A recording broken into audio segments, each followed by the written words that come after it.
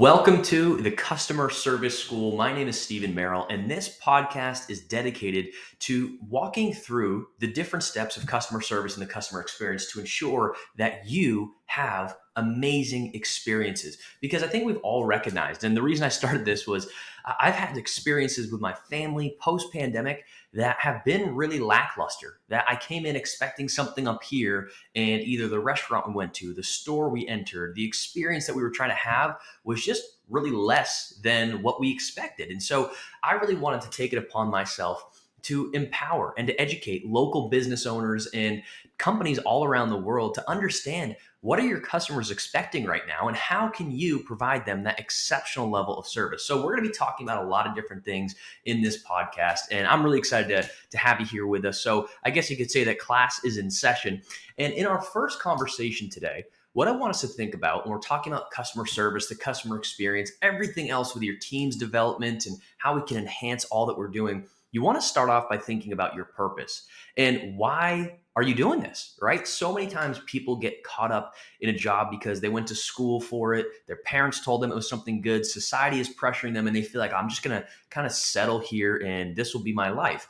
And then 10 years down the road, they're miserable and they're burnt out. And I see this happening all the time in companies of all different sizes in all different industries. When you lose sight of the purpose of the reason why you're doing something, you're going to burn out. You're going to start to become miserable because of the fact that when you do things that you're really good at for a long time, but you've stopped enjoying them, you're going to lose that spark, that fire. And so when we talk about understanding your purpose, the reason I came up with this first tool that I'll share with you is in the pandemic, my wife and I had just started our first company. She was newly pregnant. My father was passing away. And I was like, man, I got to figure out what the heck my purpose is. How am I going to be a business owner? How am I going to be a father? How am I going to deal with my father passing away? And he was my number one role model. And I had to really get clear. And my wife actually asked me these same questions that I'm going to walk you through right now, and that I've asked literally thousands of people at all different levels, from high level executives to brand new team members to NFL athletes, everybody in between. And the reason that these work so well is because they just cut to the core of who we are and they start to get you clear on why are you doing what you're doing. And this really helped me, which is why I'm passionate in starting off here, because again, if we just talk about the customer experience and customer service and what your team is doing, but we don't get clear as to why we're doing it, it's not going to matter. And so the first few questions that I want to ask you, number one is, what are you good at? And what this means is if you think about it, in school, maybe there was a subject that you were naturally talented at. Maybe it was math, maybe it was science, literature, whatever it was, you were just naturally talented at it. Maybe it's a sport that just came natural to you. Maybe it's a skill such as negotiating or communicating today, right? That you're just really, really good at. And I want you to start to write down, if you can, 5 examples of things that you're good at in your life, personally or professionally. And I just take a minute to do that, because when you start to get clear on what you're good at, it leads us to our second question, which is, what do you enjoy? And this is a question that, let me tell you, when I've asked especially executives this, what do you enjoy? What fills your cup up? I get a lot of blank stares, because oftentimes we focus on what we're really good at. And that's awesome. I'm all about that. But then we forget what we enjoy. And this is, again, in the long term, what takes out that fulfillment. And so I want you to think about, okay, what are the things that I enjoy in my life? Is it playing an instrument? Is it painting? Is it exercising? Is it spending time with family? Be selfish about your personal happiness when you're thinking about these things, because I want you to think, what do you enjoy?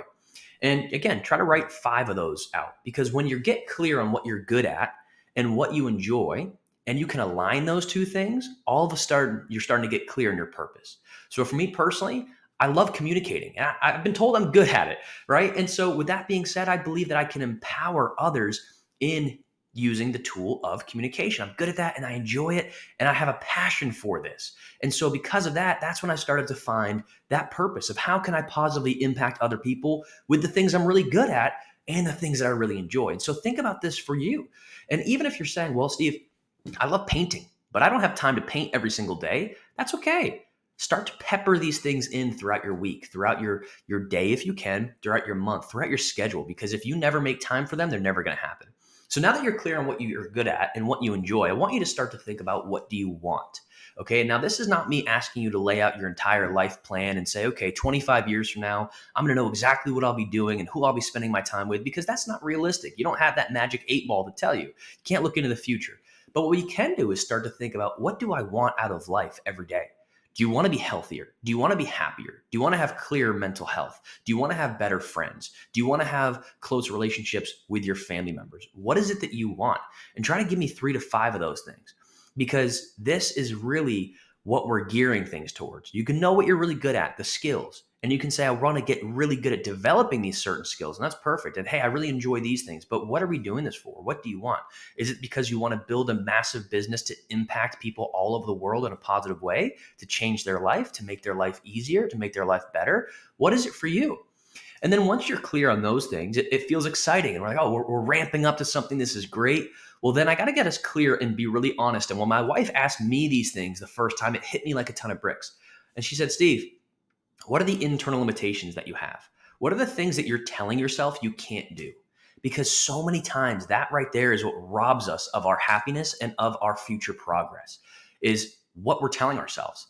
And maybe there was a teacher, a parent, a friend at some point in your life who told you you're not good at something, or you don't look good doing that, or whatever the case may be. And now you have internalized that. Because I know when I started on this journey, there was a lot of things for me that came up when asking those questions. And man, I had to get clear. And this is painful. It's not always easy. It's not always fun. But we've got to start here and get clear on, what are the things that I am telling myself that I now believe, and I'm just using them as internal limitations.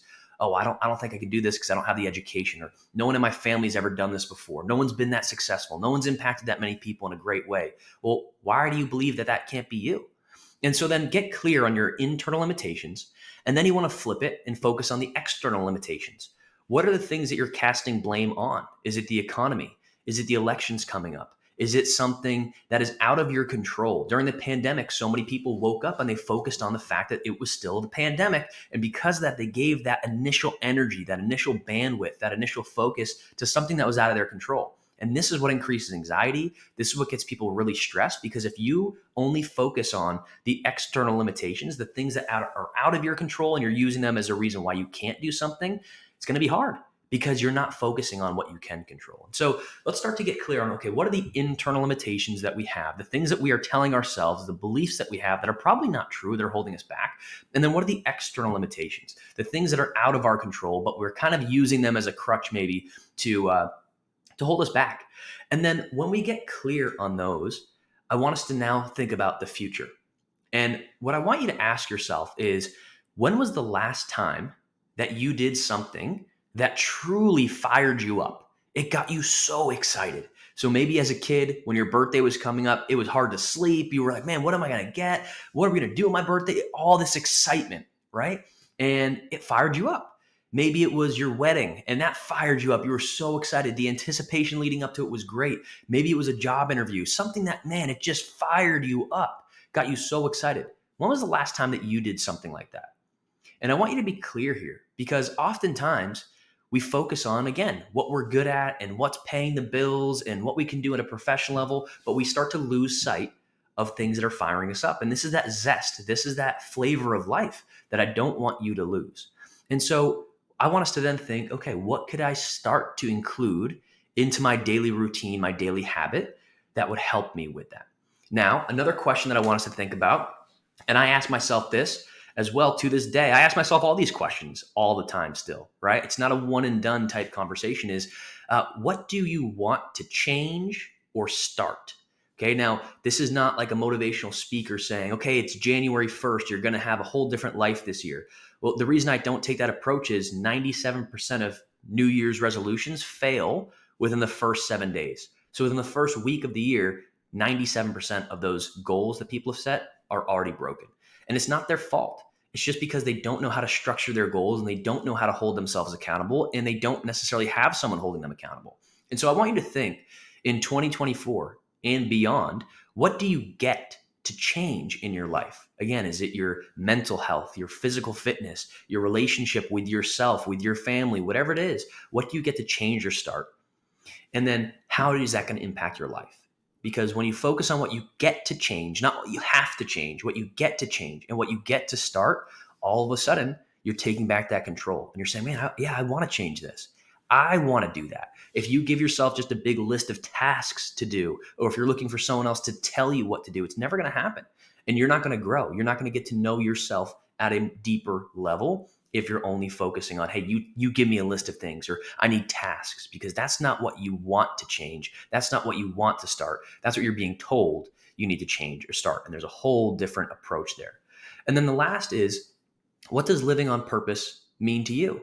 Because again, everybody's purpose is different and everybody has a different view of life and a different definition of what they're good at and what they enjoy and what fulfillment is. But I want you to think about, if you're doing things purposefully every day, what would that life feel like for you? When you wake up in the morning, you have a purpose, you have something pulling you forward rather than feeling like, I got to hit the alarm snooze button 5 different times and I'm going to just get some kind of junky food to eat in the morning and I'm just going to go through the motions and I'm going to get on these Zoom calls. You don't want to live that way. You have so much more potential. There's so much more living inside of you that is there, and you know it's there because it calls to you all the time. And what you want to think about is, what does living on purpose mean to me? How would I feel? How would the people around me feel? What would my zest for life be like? And how would my life change? What would my physical fitness be? My mental fitness, my relationships with myself and with others, my clarity of direction, my ability to achieve goals and certain aspects of objectives that I set for myself. Because when you live on purpose, everything is going to light up for you. Now, that's not me saying that if your goal is to become financially successful, when you find your purpose, all of a sudden in 30 days, you're going to be a millionaire. We want to be realistic here. It's going to take work. It's going to take effort. It's going to take commitment and discipline. But when you're clear on why you're doing things, your entire life will change. And if you think about it, again, this whole podcast is focused on the customer experience. Imagine if your team members came in every single day to your office or got on calls with customers and your team members just had such clarity of purpose. Do you think the customer experience would increase? Do you think the customer satisfaction would increase? Absolutely. Because when someone's living on purpose, it doesn't matter if they get an objection. It doesn't matter if they get someone who might be having a bad day and they're disgruntled on the phone. Their entire focus is to serve. Their entire focus is to be on purpose. And they're going to communicate and deliver this message completely in a different way than if they didn't, right? So you want to make sure that you as a leader, that you as a parent, personally, professionally, you're clear on your purpose. And this again is a list of questions that you can ask yourself at any time. And the answers might change, and that's okay. Don't put yourself in a box. Don't think that just answering these questions today is going to give you the answers for your life for the next 10, 15, 25 years. That's not how it works. But at least it's going to give you a baseline. It's going to give you those first steps that you need to start to live on purpose. And so I hope this was helpful for you. Thanks so much for listening or watching, tuning in from wherever you are to this podcast. And I really look forward to continuing to add value to you as we continue on this journey together. See you on the next one.